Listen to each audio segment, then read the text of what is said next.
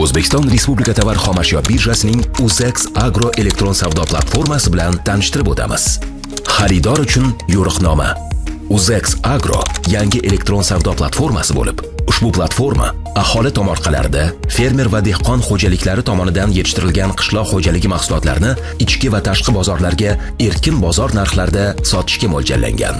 UZEX Agro elektron savdo platformasi savdolarida ishtirok etish uchun foydalanuvchilar agro.uzex.uz saytining bosh sahifasidagi kirish tugmasi orqali tizimga kirishlari va ro'yxatdan o'tish kerak bo'ladi. Bunda yuridik shaxslar elektron raqamli imzo kaliti orqali ro'yxatdan o'tadi. Jismoniy shaxslar jismoniy shaxsning shaxsiy identifikatsion raqami orqali ro'yxatdan o'tadi. Ro'yxatdan o'tayotgan rezident yoki norezident tegishli tugmani bosishi va barcha bo'sh maydonchalarni to'ldirishi zarur.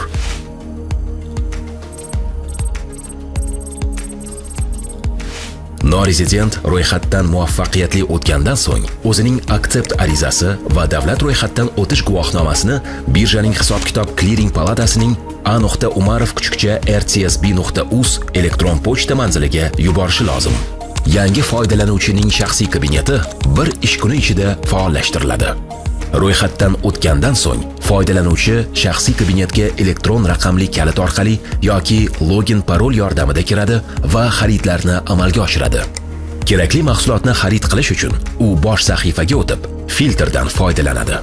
Xaridor savdoning mahsulot narxi so'rovi shaklida sotuvchi ofertasini o'rganib chiqadi hamda o'zi xohlagan mahsulotni tanlaydi. Elektron savdoda qatnashish uchun vositachilik mablag'i 0,15%. Biroq bazaviy hisoblash miqdorining 14 baravaridan ko'p bo'lmagan miqdorda saytning pastki qismida ko'rsatilgan hisob-kitob kliring palatasidagi shaxsiy raqamga o'tkaziladi. Davlat buyurtmachilari tomonidan vositachilik mablag'i bazaviy hisoblash miqdorining 3% dan ko'p bo'lmagan miqdorda kiritiladi. O'z navbatida jismoniy shaxslar mazkur to'lovlarni amalga oshirish uchun plastik kartalarni elektron tizimga biriktirishadi. Savdo jarayonlari. Savdolar raqobatsiz, auksion, shuningdek mahsulot narxi so'rovidan foydalangan holda amalga oshirilishi mumkin. Savdoning raqobatsiz shaklida bitim ofertani qabul qilish yo'li bilan ofertada ko'rsatilgan narxda elektron tizimda tuziladi. Savdoning auksion shakli kim ochdi savdosi tartibida o'tkaziladi. Platforma xaridorlarning narx taklifi sotuvchining boshlang'ich narxidan yuqori yoki unga teng bo'lsagina qabul qiladi va taklif etilayotgan narxi takliflari va hajmlar to'g'risidagi ma'lumotlarni aks ettiruvchi buyurtmalar stakanini shakllantiradi. Savdo yakuniga ko'ra eng yuqori narx taklif qilgan xaridorlar g'olib deb topiladi va ularning narx takliflari bo'yicha shartnoma shakllantiriladi. Savdoning narxi so'rovi shaklida oferentga va shunga o'xshash mahsulotlarni taklif etayotgan barcha sotuvchilarga mahsulot narxi talabida ishtirok etish taklifi yuboriladi. Sotuvchi mahsulot narxi so'rovida ishtirok etish uchun taklif yuborilgan paytdan boshlab 48 soat ichida o'z taklifini faqat bir marta taqdim etishi mumkin.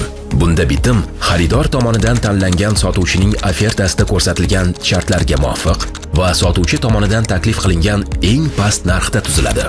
Agar boshqa sotuvchi mahsulotning boshlang'ich narxidan past narxni taklif qilmasa, elektron tizim xaridor va u tanlagan oferta sotuvchisi o'rtasidagi bitimni ro'yxatdan o'tkazadi.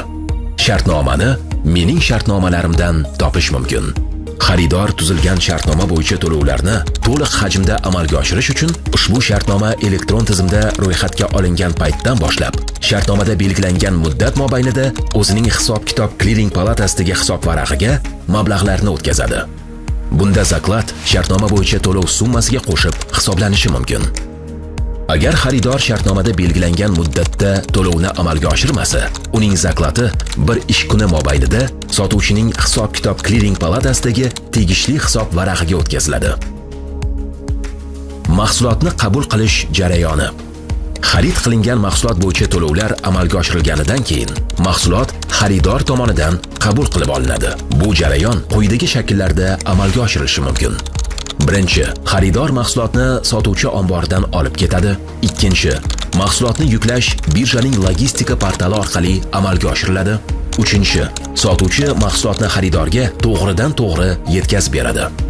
Sotuvchi tomonidan mahsulot yetkazib berilgandan so'ng, sotuvchi bu to'g'risidagi axborotni mahsulot yetkazib berilgan kundan boshlab bir ish kuni mobaynida, lekin bitim shartlaridagi mahsulotni oxirgi yetkazib berish kunidan kechiktirmasdan o'zining shaxsiy kabineti orqali hisob-kitob kliring palatasi va xaridorga taqdim etadi.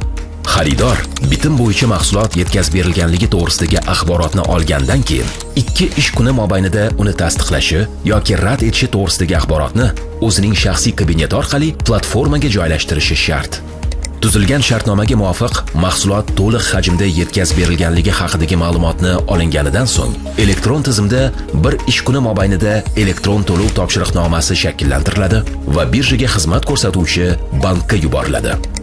Bank esa o'z navbatida to'lov topshiriqnomasini olgandan so'ng bir ish kuni mobaynida xaridorning mablag'ini sotuvchiga yuboradi.